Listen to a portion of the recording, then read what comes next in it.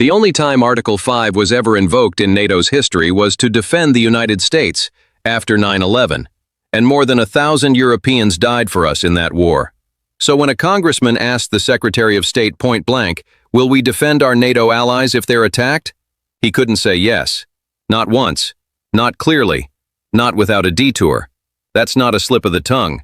That's a message. To every NATO ally, to every prime minister watching, and yes, to Vladimir Putin. And the scariest part? The secretary knew exactly what he was doing. McBride.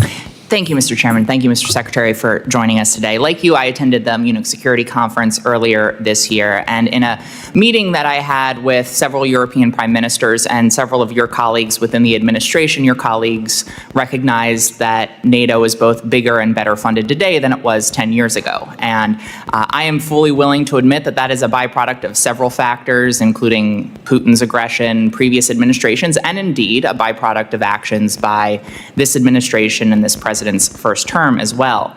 But I want to focus in today on statements and actions that I believe go beyond pressuring and leverage and actually fundamentally undermine the foundation of NATO.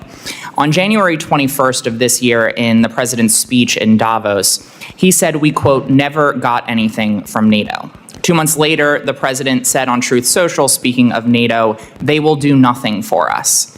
Mr. Secretary, do you share the president's assessment that we, quote, never got anything from NATO? Well, I think what the president was speaking to at that moment, and was what I'll speak to you about now, is one of the reasons why I've been such a strong supporter of NATO is because they allow us to use these bases, because it allows us in a time of contingency, like the one in Germany and others. And for the first time, we see NATO countries denying us the use of their bases, which undermines the purpose of our involvement. These statements, including the one we never got anything from NATO, happened before the war in Iran, which falls outside of the Article 5 invocation. It falls outside of a war of defense. Do you share the president's assessment that we, quote, never got anything from NATO? I share the president's assessment that on issues that are a priority to the United States. I'll take that as you disagree with his assessment that we never got anything from NATO, because, Mr. Secretary, let me reclaiming my time, Mr. Chairman. Mr. Secretary, I'm asking very specifically about a specific quote. I'm not asking whether NATO can be better or reformed. I'm asking if we never got anything from NATO. And I want to specifically ask you, Mr. Secretary. Well, why are you asking me if I can't answer? You're not answering the question that I'm asking. You're answering a different question about whether NATO can be better or reformed. And so I'm going to move on, Mr. Secretary. Are you aware that the only time Article 5 has ever been invoked is after 9/11 in defense of the United States? Of course I'm aware of that, okay. Yeah. And are you aware that more than 1,000 Europeans died in the subsequent war on terror that was invoked after? They participated in the Middle East, correct. Yes. And I assume you're aware that the NATO ally that lost more service members per capita is Denmark?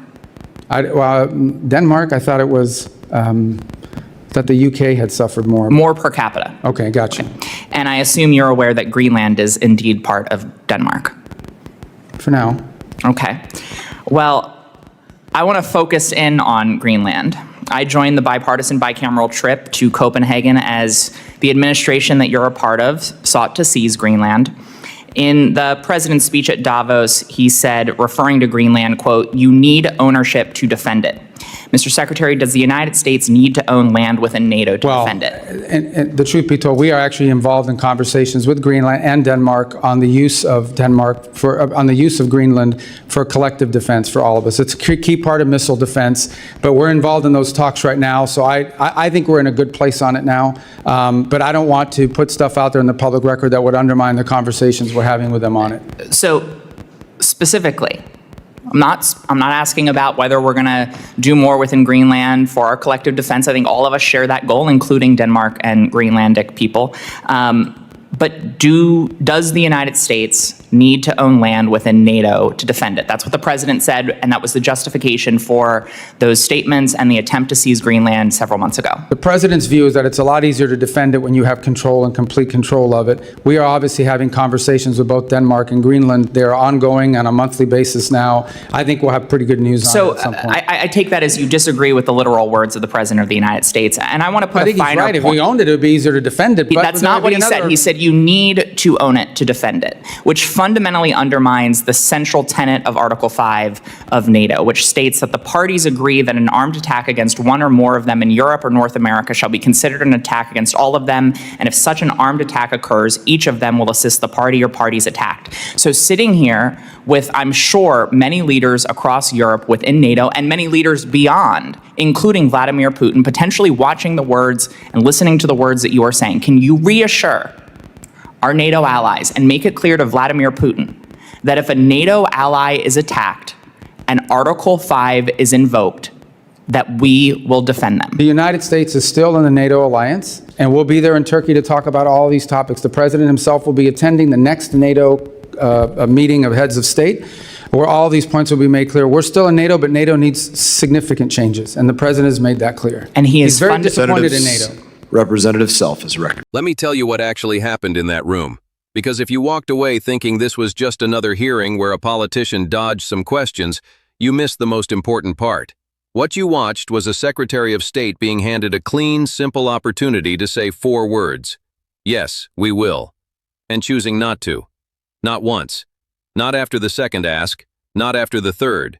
And I need you to understand why that silence is one of the most consequential things to come out of a congressional hearing in years. Let's start with what Article 5 actually is, because I think most people have a vague sense of it without understanding the mechanics.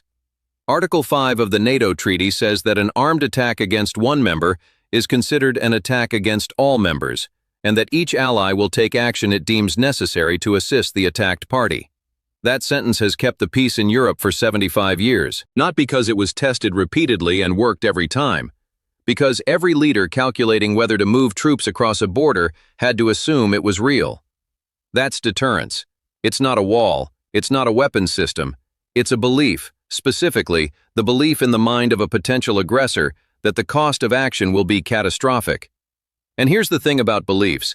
They require constant, consistent maintenance. Every time a senior official hedges, every time a direct question gets answered with a talking point instead of an answer, every time the Secretary of State says, "We're still in NATO," instead of, "Yes, we will defend them," a small withdrawal is made from that account. And that account, once depleted, is almost impossible to refill.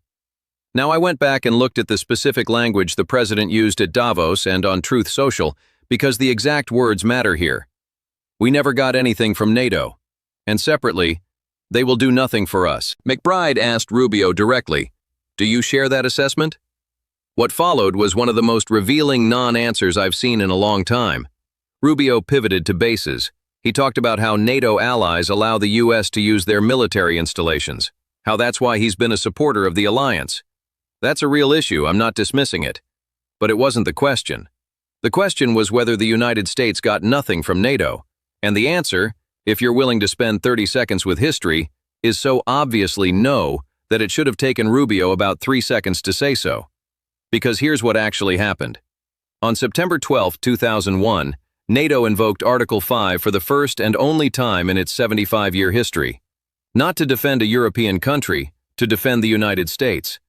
More than 1,000 European soldiers died in the war on terror that followed from that invocation. Denmark, a country of 6 million people, lost more service members per capita than almost any other ally. These are not statistics. These are people who were sent to fight in a war that was not their war, under the legal and moral logic that an attack on America was an attack on them. So when the Secretary of State is asked, "Did we get anything from NATO?" and responds by talking about base access, that's not a partial answer. That's a different answer to a different question. And I think that's deliberate. Let me talk about the Greenland piece now because it reveals something important that most coverage has missed. The president said, direct quote, "You need ownership to defend it." That sentence is not just provocative, it is structurally incompatible with the logic of Article 5, because Article 5 is built on exactly the opposite premise. You do not need to own land to be obligated to defend it. That is the entire point of collective defense. The United States has maintained a security commitment to South Korea for over 70 years without owning South Korea.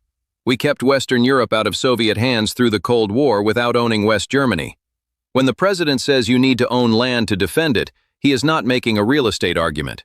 He is dismantling the conceptual foundation of every mutual defense treaty the United States has ever signed. And when McBride pressed Rubio on this, Rubio's response was telling. He said, The president's view is that it's a lot easier to defend when you have control. Easier, not necessary. Easier. Which sounds like a small distinction until you realize the president's exact words were, "You need ownership to defend it." Need. Not easier. Need. Rubio was quietly correcting the president while pretending to agree with him, and McBride caught it immediately. That's not what he said. That exchange alone should have been the lead story on every network that evening. Now I want to address the argument I know some people are already forming. The argument goes, look, these are rhetorical stumbles. The administration is still in NATO. Troops are still deployed. Don't panic over uncomfortable hearing exchanges. I understand that argument, and I want to take it seriously before I explain why I think it's wrong. Deterrence is not a physical object you can point to and say, see, it's still there. It exists in the minds of potential aggressors. And those aggressors are not waiting for reassurances at summits 2 months from now. They are watching what the Secretary of State says when he has a clean, public opportunity to reaffirm the alliance's core commitment and what he says instead. Vladimir Putin has spent 20 years studying Western resolve. He watched the response to the annexation of Crimea. He watched the early months of the full-scale invasion of Ukraine. He is extraordinarily good at identifying the gap between what Western leaders say publicly and what they're actually willing to do. Right now, he is watching a congressional hearing where the United States Secretary of State was asked, "Will you defend NATO allies if attacked?" and responded by saying the president will attend the next summit and NATO needs significant changes. I don't think he missed that. Here's what I keep coming back to. When McBride asked Rubio to send a clear message to Putin, to essentially look into the camera and say, yes, if you attack a NATO ally, we will respond, Rubio said the United States is still in NATO and will be there in Turkey to talk about all these topics. Turkey, future tense, next summit. The signal you send is not the one you promise to send later. It's the one you send in the moment when you have the choice and everyone is watching. And Rubio had that choice. Multiple times. In plain daylight, with cameras rolling. And he chose not to. Now I want to be precise about what I'm saying and what I'm not. I'm not saying Rubio is secretly plotting to abandon NATO. What I am saying is this. The credibility of a security guarantee is a living thing, and the way you maintain it is not by attending summits. It's by saying yes when someone asks you a direct question. When Rubio closed with, NATO needs significant changes as his answer to a question about defending allies, he communicated something very specific to every defense ministry in Europe and every intelligence service watching that feed. He communicated that the commitment comes with conditions, unspecified conditions, conditions that will apparently be clarified at some future meeting. And here is why that is dangerous beyond just the diplomatic optics. Defense planning runs on certainty. The Baltic states, Estonia, Latvia, Lithuania, share a border with Russia. They have built their entire security architecture around the assumption that Article 5 is real, automatic, and has no asterisks. If that assumption starts to wobble even slightly, the calculus changes. Not just for them, for Putin. Because the one thing that has kept him from testing Article 5 directly is the assumption that he would lose that bet decisively. The moment he starts to think maybe the bet is softer than it looks, that is when we move into genuinely dangerous territory. History is not kind to these moments. The mixed signals before the Korean War, the ambiguity that preceded Iraq's invasion of Kuwait, the hedged responses that let aggressors calculate that this time maybe the response would be slower than the words suggested. We are not in a period where those miscalculations are affordable. We are in a period where the architecture of European security is under direct military pressure for the first time since 1945. And in that context, a Secretary of State who cannot say, yes, we will defend our allies when asked directly, is not just a political embarrassment. It is a signal. And signals have consequences that don't wait for the next summit to materialize. So what do you do with this? Don't let it be a soundbite you scroll past. Share it with someone who still thinks these hearings are just procedural theater. Contact your representatives and ask them what the administration's actual position is on Article 5. Not the position they'll announce in Turkey, the position they'll hold at 2 in the morning when a phone rings and a NATO ally is under attack. Because democracy doesn't maintain itself. It requires people who pay close attention to the moments when officials are handed a chance to say the right thing, and watch very carefully when they don't. Subscribe for more breakdowns like this, because these are the moments that quietly decide what kind of world we're going to live in. And they deserve a lot more than a news cycle.